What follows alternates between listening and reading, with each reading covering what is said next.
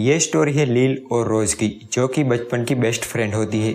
उनकी शादी के बाद दोनों को एक एक बेटा होता है। जब दोनों बेटे बड़े हो जाते हैं तब दोनों एक दूसरे के बेटे के प्यार में पड़ जाती है। मतलब कि लील को रोज के बेटे से प्यार हो जाता है और रोज को लील के बेटे से। अब इस रिलेशनशिप की वजह से उनकी लाइफ में क्या क्या होता है यही आपको इस मूवी में देखने को मिलेगा। मूवी स्टार्ट होती है और हमें लील के हस्बैंड का फ्यूनरल दिखाया जाता है, जिनकी किसी बीमारी से मौत हो चुकी थी। और इस फ्यूनरल में रोज, उसका बेटा इयान और उसके फादर हेरोल्ड भी आए हुए थे। इयान के फादर के चले जाने से वो काफी अकेला हो गया था, तो टॉम उसे सहारा देता है। वो हमेशा उसके साथ रहता है और दोनों बेस्ट फ्रेंड बन जाते हैं, जैसे बचपन में लील और रोज थी। अब ये दोनों काफी बड़े हो गए थे और उनका ज्यादातर टाइम बीच पर ही गुजरता था। एक शाम रोज का हस्बैंड घर आता है और वो कहता है कि उसे सिडनी में एक जॉब मिली है, तो उन्हें सिडनी में रहने जाना होगा। लेकिन रोज सिडनी नहीं जाना चाहती थी, क्योंकि उसकी लाइफ ज्यादातर यहीं गुजरी थी और वो लील को भी अकेला छोड़ना नहीं चाहती थी। तो हेरोल्ड अकेला ही सिडनी चला जाता है। एक रात लील और इयान रोज के घर आते हैं, जहाँ वो साथ में ड्रिंक करते हैं और काफी एंजॉय करते हैं। तभी लील डांस करने लगती है, तो उसके साथ टॉम भी डांस करने लगता है। उसने आज कुछ ज्यादा ही ड्रिंक कर ली थी, तो इयान अपनी मॉम को घर भेजकर टॉम के पास ही रुक जाता है। और जब रोज अपना काम खत्म करके सोने जा रही थी तब इयान उसके पास आता है और उसे किस करने लगता है। पहले तो रोज थोड़ा हेजिटेट होती है, पर बाद में वो भी उसे किस करने लगती है और इसके बाद ये दोनों इंटीमेट हो जाते हैं। लेकिन इसी दौरान टॉम पानी पीने उठता है और वो अपनी मॉम को इयान के रूम से बाहर आते देख लेता है और वो समझ जाता है कि इयान और उसकी मॉम का अफेयर चल रहा है। पहले तो वो काफी फ्रस्ट्रेट हो जाता है, पर बाद में वो डिसाइड करता है कि वो भी इयान की मॉम को सीड्यूस करेगा। तब टॉम मॉर्निंग में लील के घर आता है और उसे बात करते हुए उसे किस करने लगता है, लेकिन लील उसे टाइम पे ही रोक लेती है। तब टॉम लील को सारी बातें बता देता है कि रोज और इयान का अफेयर चल रहा है। पहले तो वो टॉम की बात पर यकीन नहीं करती, पर बाद में वो रोज से इस टॉपिक पर बात करना चाहती थी, पर उसकी हिम्मत नहीं हो रही थी। रात को टॉम लील के साथ ही सो जाता है, पर उस रात वो कुछ नहीं करता। जब सुबह होती है और लील उठती है तो टॉम उसे किस करने लगता है और इस बार लील भी उसका साथ देती है और उसके साथ इंटीमेट होती है। उसके बाद टॉम अपने घर आता है, जहाँ रोज उसे पूछती है कि तुम पिछली रात कहाँ थे। तब टॉम उसे साफ साफ बता देता है कि वो लील के साथ था और वो वही कर रहा था जो तुम इयान के साथ कर रही हो। ये सुन के रोज गुस्सा हो जाती है और उसे एक थप्पड़ मार देती है। इसके बाद रोज लील के पास जाती है, जहाँ वो दोनों एग्री करते हैं कि इस बार उन दोनों ने लिमिट क्रॉस कर ली है और ये अफेयर गलत है।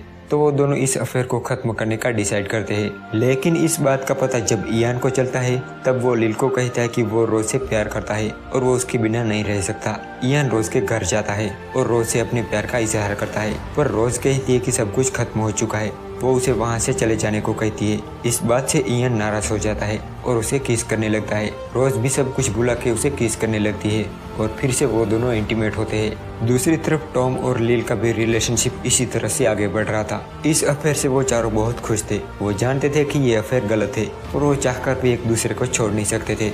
और ऐसे ही 2 साल बीत जाते हैं।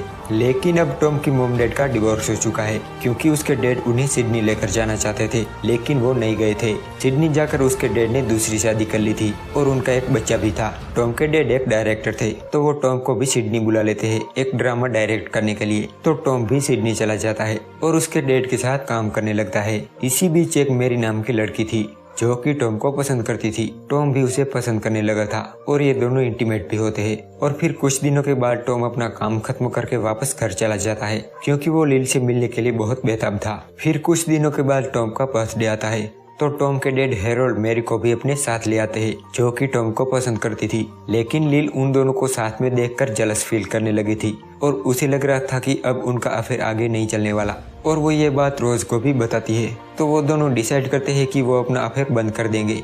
जब टॉम को ये बात बताई जाती है तब वो मान जाता है, पर इयान ये बात मानने को बिल्कुल भी रेडी नहीं था। कुछ दिन बाद टॉम और मेरी की शादी हो जाती है। इयान अपना अफेयर बंद हो जाने की वजह से काफी अपसेट था। एक दिन सर्फिंग करते टाइम उसका एक्सीडेंट हो जाता है। जब उसे होश आता है तब वो हॉस्पिटल में एडमिट था। रोज उसके पास जाती है, पर इयान उससे मिलना नहीं चाहता था। फिर उससे मिलने हैना आती है। हैना इयान को फिजिकल थेरेपी में मदद करती है और इस तरह इयान भी हैना को पसंद करने लगता है। उसके बाद दोनों शादी कर लेते हैं। ऐसे ही कुछ साल बीत जाते हैं। अब टॉम और इयान के बच्चे भी थे। फिर एक दिन इयान और हैना रोज के घर बातें कर रहे थे।